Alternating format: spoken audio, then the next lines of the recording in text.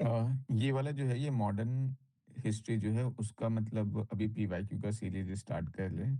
जैसा कि हम लोग एंशिएंट का पीवाईक्यू सीरीज ऑलरेडी कंप्लीट कर चुके हैं, तो उसमें हम लोग का जो अप्रोच था वही अप्रोच यहाँ पे रहेगा। मतलब पीवाईक्यूज़ के थ्रू जो है मतलब हम लोग जो है वो पूरा थ्योरी जो है उस पोर्शन का डिस्कस करने का कोशिश करेंगे, रिकॉल करने का कोशिश करेंगे और साथ ही साथ जो है कैसे पीवाईक्यू को अपन अप्रोच कर सकते हैं, उस तरीके से देखेंगे। क्लियर है?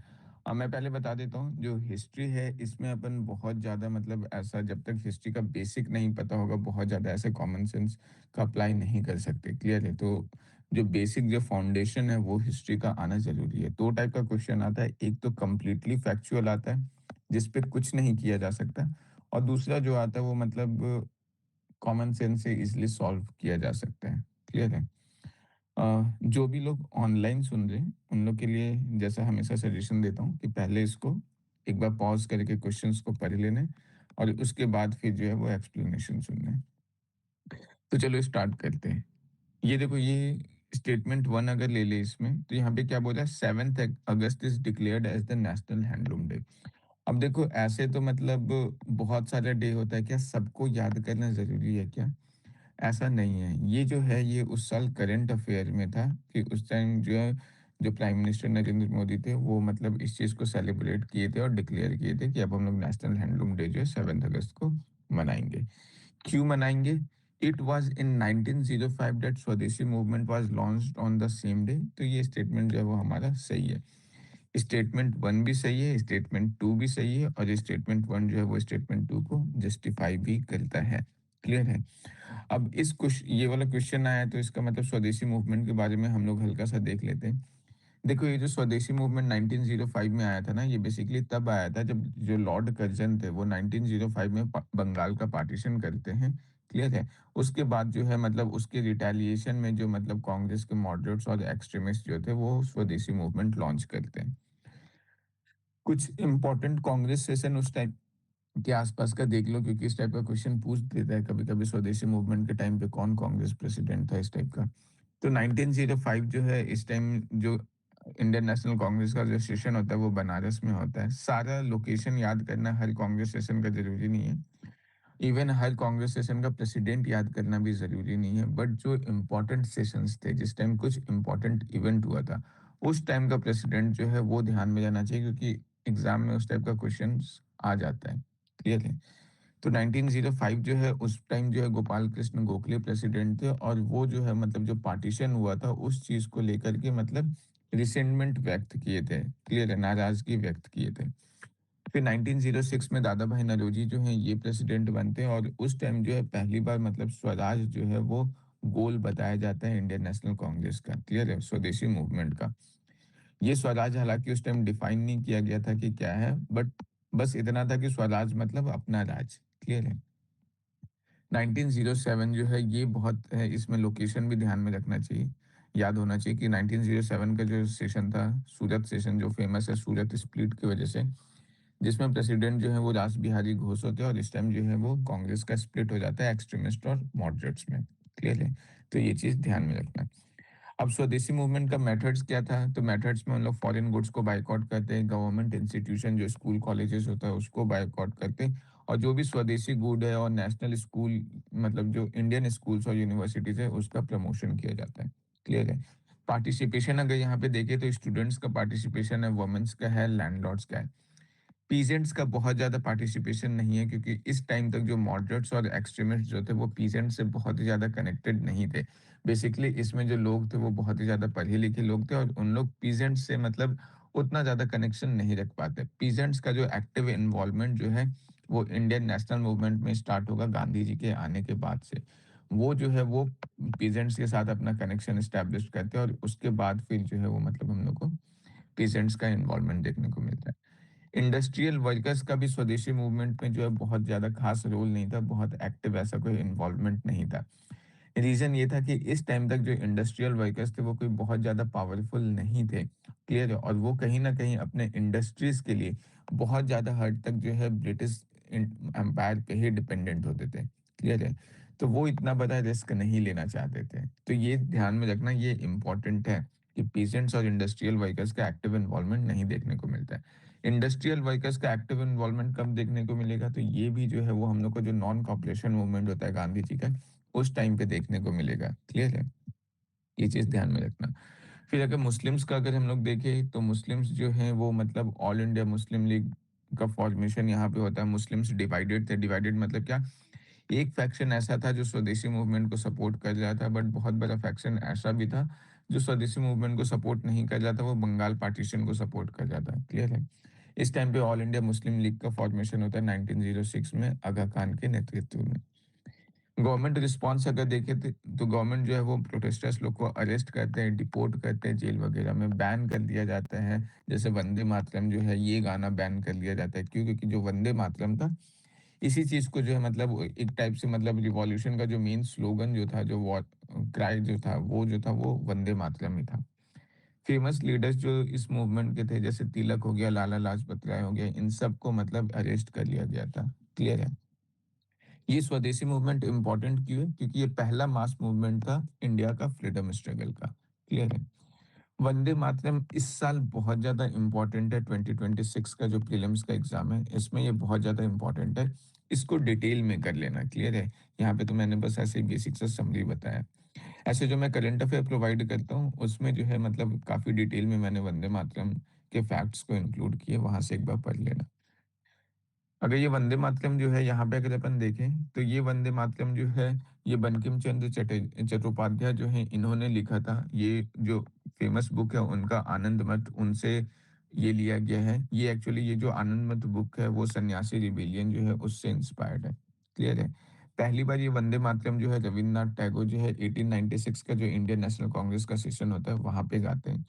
और बाद में 1937 में इसको नेशनल सॉन्ग के रूप में मतलब अडॉप्ट कर लिया जाता है। क्लियर है? और ये नेशनल सॉन्ग का जो रिकॉग्निशन है वो आज़ादी के बाद 1950 में दिया जाता है। ये ध्यान में रखना। अब देखो ये वाला क्वेश्चन देख लेते हैं। Where was the first session of Indian National Congress held in December 1885? ये क्वेश्चन अगर देखा जाए तो काफी इजी क्वेश्चन है अभी के कॉन्टेक्स्ट में। क्लियर है?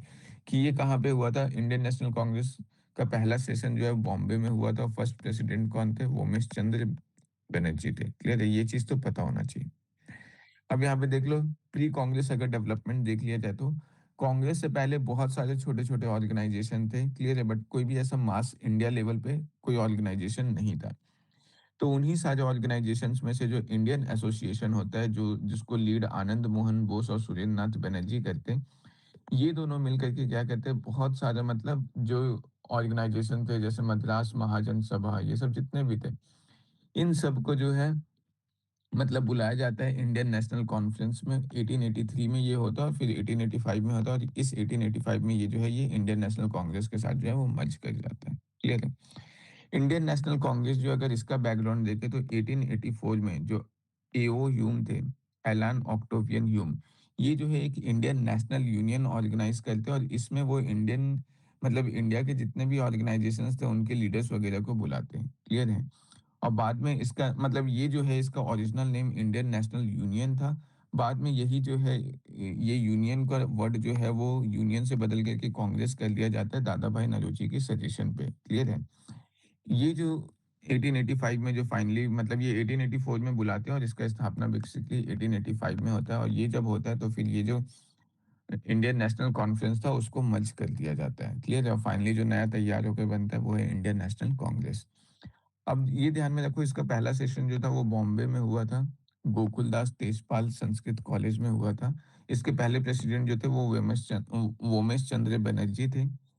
और ये ध्यान में रखना कि ये जो इंडियन नेशनल कांग्रेस था ये हर साल साल के जो लास्ट के 2 दिन होते थे, 29th और 31st, 29 से लेकर के 31st दिसंबर, ये 3 दिन जो था इस दिन मतलब इंडियन नेशनल कांग्रेस के सारे लोग जो थे वो बैठते थे, बैठ के डिस्कशन वगैरह करते थे। क्लियर है? डिस्कशन किस चीज पे करते थे? तो जितना भी मतलब इंडिया में मुद्दा चल रहा है, चाहे कास्ट को लेकर के हो, रिलीजन को लेकर के हो, किसी रीजन में हो, लैंग्वेज में हो, मतलब जो भी उनका प्रॉब्लम्स है ऑल इंडिया लेवल पे, उन सारे प्रॉब्लम्स को सुना जाता था, डिस्कस किया जाता था और वे फॉरवर्ड डिसाइड किया जाता था। क्लियर है? इंडियन नेशनल कांग्रेस जो था वो एक सेकुलर पॉलिटिकल ऑर्गेनाइजेशन था शुरू से ही। ये चीज ध्यान में रखना। ये देखो ये पहला जो कांग्रेस का सभा हुआ था 1885 का जो सेशन है, जिसमें वोमेश चंद्र बनर्जी जो थे वो प्रेसिडेंट थे, उसका ये पिक है। क्लियर है? अब यहाँ पे देख लो, क्योंकि अभी जो हम लोग टॉपिक डिस्कस करें, ये ध्यान में रखना है 1885 से 1905 वाला टॉपिक डिस्कस करें। तो इस टाइम पीरियड में जो कुछ फेमस कांग्रेस का सेशन हुआ था या कुछ फेमस जो फैक्ट्स है वो बता देता हूँ। 1885 में तो हम लोग देख लिए फर्स्ट प्रेसिडेंट कौन थे, हमारे वोमेश चंद्र बनर्जी थे।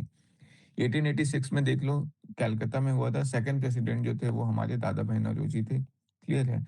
और ये क्यों इंपॉर्टेंट है, क्योंकि इस टाइम जो नेशनल कांग्रेस था और नेशनल कॉन्फ्रेंस था, दोनों को मर्ज कर दिया गया था।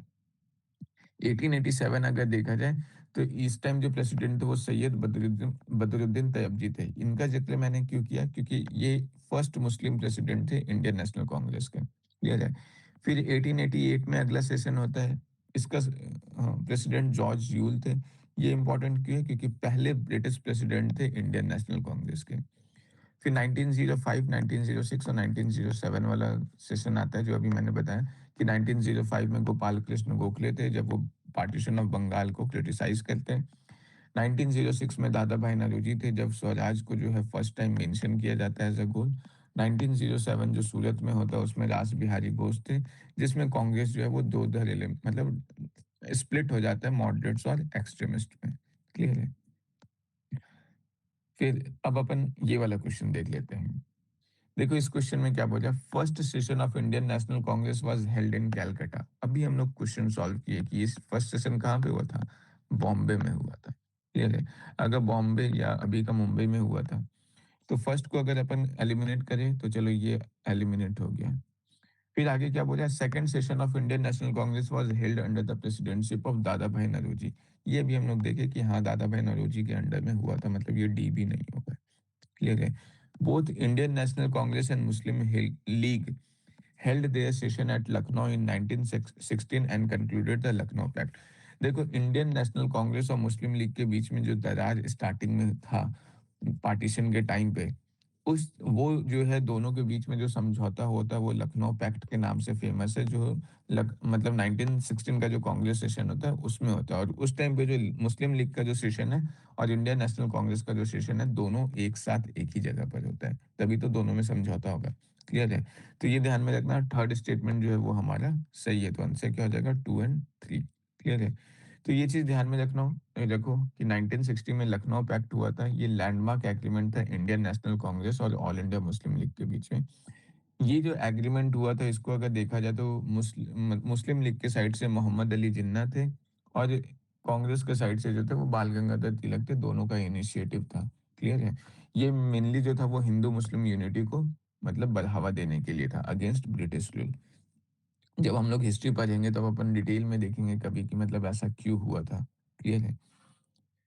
फिर की फीचर्स और प्रोविजन अगर अपन देखें ये लखनऊ पैक्ट वगैरह का, तो लखनऊ पैक्ट में देखो क्या क्या समझौता हुआ था। एक जो सेपरेट इलेक्टोरेट है, सेपरेट इलेक्टोरेट का मतलब पता होगा आई होप, कि कोई भी प्रेसिडेंसी है उसमें मतलब कोई पर्टिकुलर कम्युनिटी जो है उसी कम्युनिटी के लोग जो है वो इलेक्शन में खड़े होंगे और वोट भी जो है वो केवल उसी पर्टिकुलर कम्युनिटी को देंगे। जैसे अगर मुस्लिम्स को सेपरेट इलेक्टोरेट मिला है और मान लो रांची जो है वो एक पर्टिकुलर मतलब प्रेसिडेंसी है, तो उस प्रेसिडेंसी में अब क्या होगा कि जो इलेक्शन में खड़े होंगे वो भी मुस्लिम्स होंगे और वोट जो देंगे वो भी मुस्लिम्स होंगे। ये सेपरेट इलेक्टोरेट होता है। तो ये जो सेपरेट इलेक्टोरेट ब्रिटिशर्स के द्वारा 1909 का गवर्नमेंट ऑफ इंडिया एक्ट में मुस्लिम्स को कुछ प्रेसिडेंसीज में दिया गया था, उस चीज को कांग्रेस जो विरोध करता आ रहा था अभी तक, उसको एक्सेप्टेंस दे देता है। क्लियर है? और ये चीज जो है ये एक्सेप्टेंस दे देता है वो टेम्परेरी के मतलब शॉर्ट टाइम के लिए, मतलब ये भले ही बहुत अच्छा डिसीजन होगा उस टाइम की हिंदू मुस्लिम यूनिटी की, हिंदूज एक्सेप्ट कर लेते हैं इस चीज को, बट लॉन्ग टाइम में ये जो है वो बहुत बड़ा विवाद का कारण बनता है। इवन मतलब इससे जो है कम्युनल पॉलिटिक्स जो है वो और भी ज्यादा स्ट्रेंथन हो जाता है। फिर वेटेज प्रिंसिपल अगर देखा जाए, तो ये डिसाइड किया गया था, मतलब इस चीज को एग्री किया गया था कि मुस्लिम्स जो है उनको फिक्स्ड परसेंटेज ऑफ सीट्स दिया जाएगा। क्लियर है? प्रोविंसेस में अकॉर्डिंग टू जो भी उनका पॉपुलेशन वगैरह होगा, जो रिप्रेजेंटेशन होगा उस हिसाब से। फिर इस चीज पे भी एग्री किया गया था कि इंडियन नेशनल कांग्रेस और मुस्लिम लीग दोनों मिलकर के जो है वो सेल्फ गवर्नमेंट का डिमांड करेंगे ब्रिटिशर्स से। सेल्फ गवर्नमेंट का हम पे मतलब था कि डोमिनियन स्टेटस का डिमांड करेंगे। डोमिनियन स्टेटस मतलब क्या, जैसे मान लो क्या कि जो हेड ऑफ द स्टेट, जैसे अभी प्रेसिडेंट है तो head of the state queen ही रहेगी, क्लियर है, या जो भी क्राउन है वही रहेगा, बट गवर्नमेंट जो है वो इंडियन गवर्नमेंट अपना जो कुछ भी है वो मतलब कंप्लीट ऑटोनॉमी के साथ अपना रूल करेगा।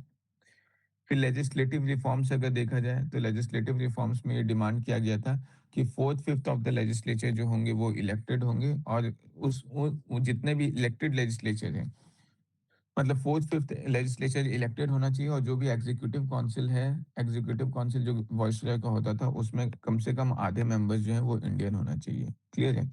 और वॉइसरॉय जो है वो वीटो का इस्तेमाल करता था, तो इन लोग का डिसीजन था कि वो वीटो जो है वो नहीं होना चाहिए। और इवन इन लोग एक चीज और भी अपोज करते हैं कि मान लो अगर कोई भी बिल ऐसा आता है और अगर किसी स्पेसिफिक कम्युनिटी के थ्री फोर्थ मेंबर्स जो हैं वो उस बिल को मतलब ब्लॉक कर देते हैं, तो उस केस में वो जो है वो वीटो माना जाएगा, वो बिल आगे पास नहीं होगा।